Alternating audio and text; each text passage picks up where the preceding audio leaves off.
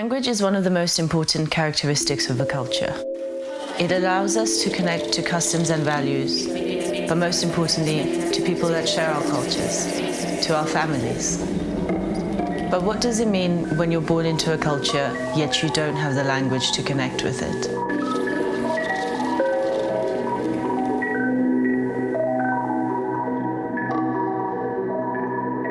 Being something I experienced, I began to wonder if others were addressing the same question. And that led me to meeting Annie and Mubarak. Annie is British-born Chinese and Mubarak is Sudanese, but moved to the UK at a young age. I'm Zambian, and I too moved to the UK when I was younger. Together, we're three different people from three different cultures, yet we all share in a very similar experience. Before it was just Arabic. My parents spoke Arabic everywhere. People spoke Arabic. But my earliest memories are in Wales, in the UK. But I remember there I didn't really have the concept of language, so I just remember understanding my family but not understanding everyone else. It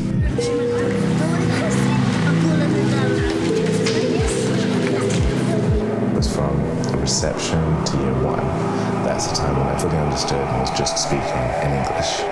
But it's also the time where I kind of just stopped speaking Arabic completely. I understood, but I just stopped speaking. And it wasn't until my grandma came, and my grandma only understood Arabic. That was the first time I kind of had to really try and learn how to say something or practice saying. Like, it was just one of those things that just felt weird doing. My Cantonese is really sketchy. It's not something I'm particularly confident with in terms of having conversations, but I can definitely understand bits of it. We always say that we speak Chinglish in my house, which is probably English sentences with the odd Chinese words chucked in, and the same for my parents. It's a lot of Chinese and then the odd English words chucked in. There was never really a real sense of, I should know this because I want to be able to communicate with like other Chinese people or my family.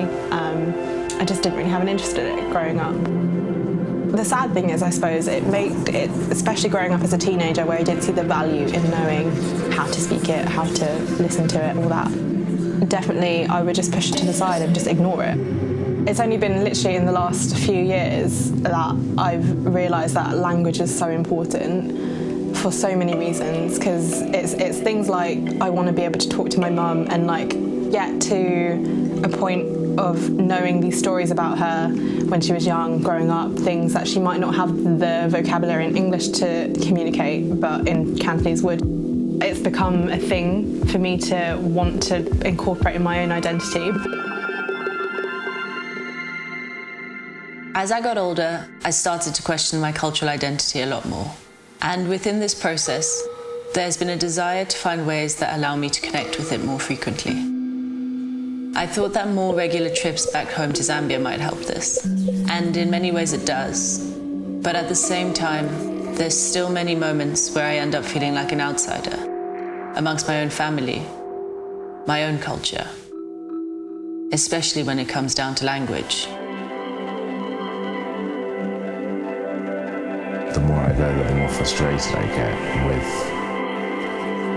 the lack of language. Because before, I remember being young and it's kind of just, how are you? I'm well, what do you do? I do this, do you like that? Kind of just very basic. As soon as I say anything that's more than 2 syllables, people pick up straight away and ask me where I'm from. And they have a term, Khawaja, which means Westerner. I hear that a lot.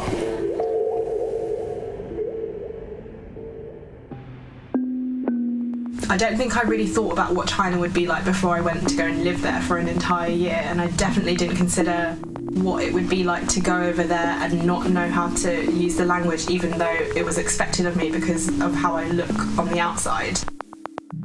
I was familiar with the way people ate, or maybe like their mannerisms and that kind of stuff. I saw that from my own family, but I almost felt like I had a pressure on myself to just automatically know how to talk, and I just couldn't. I often wonder what it means to my parents, as well as to some of my extended family. The fact that I can't speak even one of the local languages that they do. Recent discussions with them tend to lean towards not seeing it as a disappointment, but it's more that there's a longing for me to be able to share in certain things. Things that often get lost in translation. It's always been a bone of contention with my grandma. She would definitely be telling my dad off for being like so bad that you didn't teach them Chinese when they were younger. And it's like funny because we can obviously understand every single word she's saying, but we don't have the vocabulary to respond back. But I get where she's coming from in that I think maybe there's a sense of loss of culture or just having that basic ability to communicate with your family that's not there as strong as it could be or should be. But it's weird because you get to an age where your parents no longer impose their thoughts or their ideals on you because you know. So at that point it's what you want to do. I realised since I moved to London that the kind of Arabic or the kind of Sudanese part in me existed in my parents. So when I wasn't with them, I wasn't eating Arabic food, I wasn't speaking Arabic, I wasn't listening to Arabic music, I wasn't doing anything traditional, because all those things my parents did and I was with them. And then I realized there and then that I have to have those things in me or as part of me, or I have to be willing to let them go. Because I think whether you realize it or not, if you don't have those things part of you, then they exist with someone.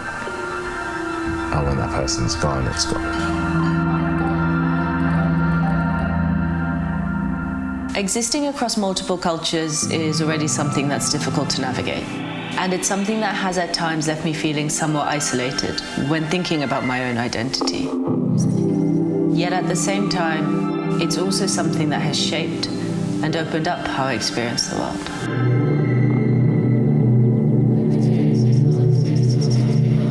When you're not born somewhere, and sometimes even when you are, you don't fit in where you find yourself, and you also don't fit in where you're born. And until you go back there, you convince yourself that you fit in where you're born. And then you go back there and you realize you don't fit in there either. And then you realize you're just this weird shape that doesn't fit in any hole, and you're kind of existing outside. And nothing changes except your perception of that. Like you think that's a bad thing. Or someone might think, I certainly thought it was a bad thing growing up. I think I always did feel different in China. Like I always knew that I felt like I was never going to be a native there, even though I looked like them. And I might pick up Chinese in a way that maybe I could give off this impression that I was at least okay at it, but I always did feel different. And something I think I've embraced about myself being British-born Chinese is that I am different. Talking to other British-born Chinese people, or even people that have a similar background where they don't know their native mother tongue or whatever, I realise there's something still quite special in the fact that we're in this almost in-between identity. It is really weird to navigate, but I feel like my experience in China meant that I quite liked that I was in between, because it meant that I could choose between both. It's definitely harder to engage with one's cultural identity when language is missing. But there are many other aspects to culture that exist beyond language. And these allow us to stay engaged and connected with our cultural identities, with our families, and with those who share it. But is that enough? For me, I do feel like it's important to at least try and connect with it, whether it be through language or whatever cultural customs that we still have, and try and get an understanding of why we have certain things a certain way. There are definitely things that we do, like these ceremonies every few months where we burn incense and candles and offer food out to our ancestors and that kind of stuff. We burn heaven notes and joss paper. To me, that's like a real sense of home and comforting. All these little things which they're not necessarily spoken language, but that's the kind of language that still connects us all together.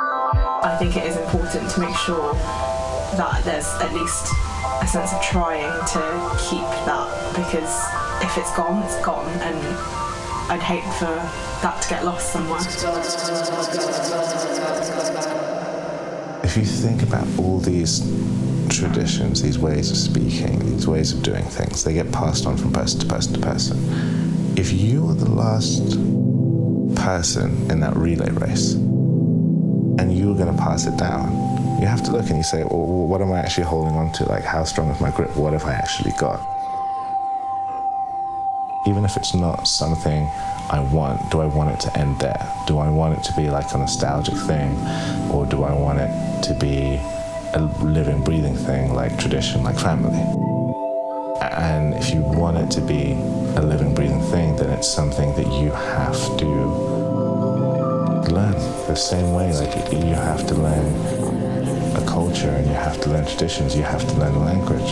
And if you don't, then there's a huge part of that culture that's lost. There's a huge part of that culture that can still carry on, that isn't tied down to language, but there's a huge part that's lost. And if people out there are speaking in that language, then all those people are lost. Like, you lose all those people. You lose being able to have a real, deep relationship with those people.